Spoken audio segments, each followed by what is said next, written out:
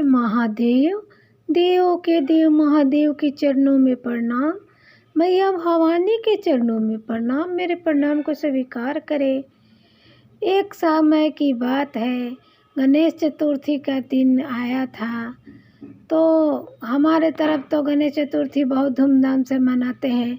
गणेश जी का मूर्ति रखते हैं, मोदक का भोग लगाते हैं और बैलून सजाते हैं, बहुत सजावट करते हैं। एक मेला जैसा लग जाता है। ये सारी चीज़ें कैलाश पर्वत से गणेश जी देख रहे थे अपने माता पिता के साथ। वो देख के बहुत खुश हो रहे थे। उन्होंने अपने पिताजी से बोला कि पिताजी, मैं धरती लोक पे जाके मनुष्यों के साथ मैं अपना जन्मदिन मनाना चाहता हूँ। पिताजी बोले, अगर तुम्हारा मन है तो चलो ऐसा ही करते हैं। फिर गणेश जी शंकर भगवान, माँ पार्वती और अपने भाई कार्तिक के साथ धरती लोक पे आए और बहुत खुश हुए। वो लोग अपने असली रूप में ही थे, लेकिन वो जहाँ भी जाते घूमते सब लोग समझते कि गणेश चतुर्थी पर ये लोग झांकी निकाला है। एक औरत थी जो देख के बहुत खुश हुई और शंकर भगवान के साथ माता गौरा को और गणेश भगवान को उसने मोदक प्रसाद में दिया खाने को। बोली, पुत्र, मैं तुम्हारे इस रूप से बहुत खुश हूँ, तुमने बहुत अच्छी झांकी निकाली है। गणेश जी को भी मोदक खा के बहुत मज़ा आया। फिर वो लोग आगे घूमने चले गए। जो भी देखता उन लोग को उस रूप में समझ नहीं पाता। सब यही समझते कि ये लोग झांकी निकाले हैं। जैसे जो पर्व रहता है उसका रूप लेके घूमते हैं, उसी को झांकी बोलते हैं। तो फिर ऐसे ही घूम रहे थे। एक गांव में, एक मतलब घर में बहुत अंधेरा था। बिल्कुल पुराना मकान था, मड़ई जैसा, बहुत अंधेरा था। गणेश जी बोले, पूरा गांव, पूरा शहर सब खुशियाँ मना रहा है। इस गांव में, इस घर में न दीपक जल रहा है, न कोई खुशी मना रहा है। पिताजी, चलिए देखते हैं क्या बात है। तो शंकर भगवान बोले, चलो देखते हैं। तो उस घर में क्या हालत था। एक गरीब किसान रहता था अपनी पत्नी और 2 बच्चों के साथ, और एक उसकी बूढ़ी माँ थी जो बहुत बीमार थी। इसी कारण मतलब किसान बहुत दुखी था। बोल रहा था कि हे भगवान, आज आपका दिन है। गणेश भगवान को ही बोल रहा था, लेकिन हम लोग आपके लिए कुछ नहीं कर सकते हैं, क्योंकि मेरी बहुत माँ बीमार है और मेरे पास तो इतना पैसा भी नहीं है कि मैं अपनी माँ का इलाज करा सकूं।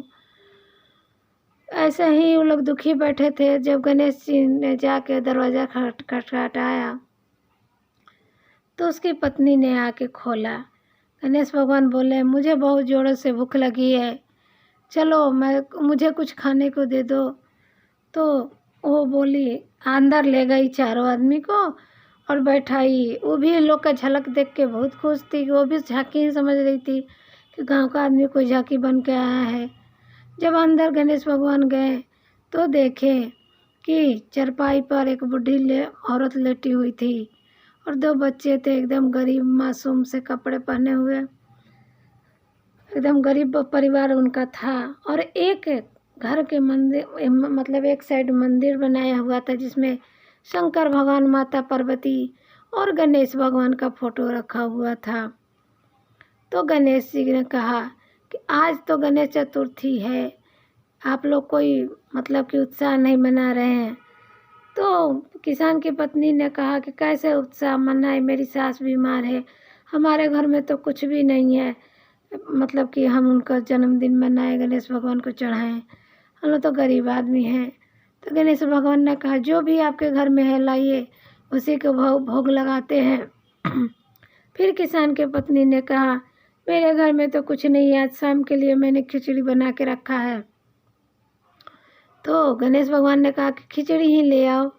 उसने खिचड़ी लाया और भगवान ने बोले, इसको 5 अलग अलग, जितना खिचड़ी है 5 अलग अलग बर्तन में डाल दो।